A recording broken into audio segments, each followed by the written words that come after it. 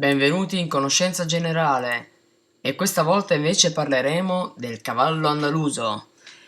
Allora, intanto vediamo subito le sue origini, che è un cavallo spagnolo ed è molto diffuso anche in America e in Europa.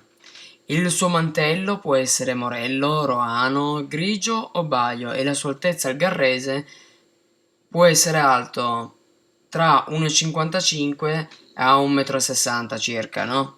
Diciamo che dipende poi dal tipo di cavallo, diciamo. Lui viene impiegato, ad esempio, come tiro leggero oppure da sella. Il suo carattere è focoso, fiero, energico, equilibrato e sensibile. Questo tipo di cavallo veniva utilizzato dai vaqueros e sia in passato ma anche oggi viene montato anche da loro e per di più viene utilizzato per l'equitazione classica, cioè tanti la definiscono l'alta scuola ed è diverso ad esempio dalla monta americana. Infatti lui non diciamo che svolge meno lavoro con i bovini, ecco. Possiamo dire tranquillamente che è un cavallo molto nobile nel portamento, è maneggevole e comunque sia ha una certa pesantezza, però nonostante tutto è armonioso nel suo movimento e viene utilizzato in Spagna, ad esempio, nelle corride e nella doma vaquera.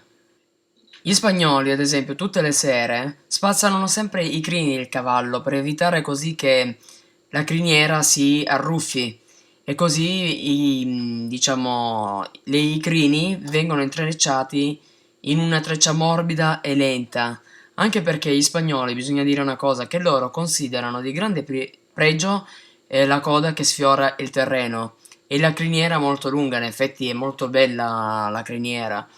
A me personalmente piace più la criniera lunga, ma non tanto con le treccine, ad esempio, perché dà un certo fascino, come anche la coda, se ben pettinata, fa tutto un altro effetto. Questo tipo di cavallo, oltre ad essere un cavallo leggero da sella, viene utilizzato anche molto nel dressage e anche molto impiegato nei cerchi equestri, proprio per la sua andatura e il portamento elegante. E la sua andatura è caratterizzata da una buona elevazione e passi corti e rapidi. Se parliamo delle origini di questo cavallo in realtà sono controverse, perché c'è chi è che dice che discenda dai cavalli arabi e berberi, che erano giunti in Spagna, oppure che erano stati incrociati poi successivamente con cavalli indigeni. Quindi non si sa di preciso com'è la situazione, anche se con la conquista dell'America ha contribuito a formare gran parte delle razze americane.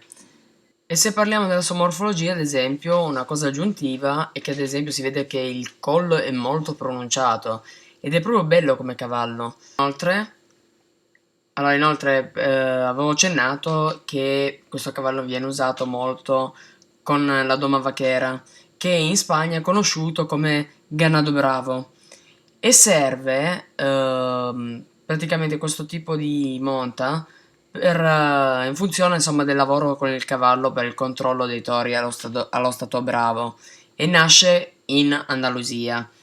Ma la cosa che diciamo colpisce di più, insomma, è che il cavaliere intanto deve lavorare in perfetta sintonia, deve essere un binomio perfetto e deve anche possedere anche sensibilità e grande intuizione, anche perché questa per loro è una grande tradizione, infatti viene tramandata da padre a figlio.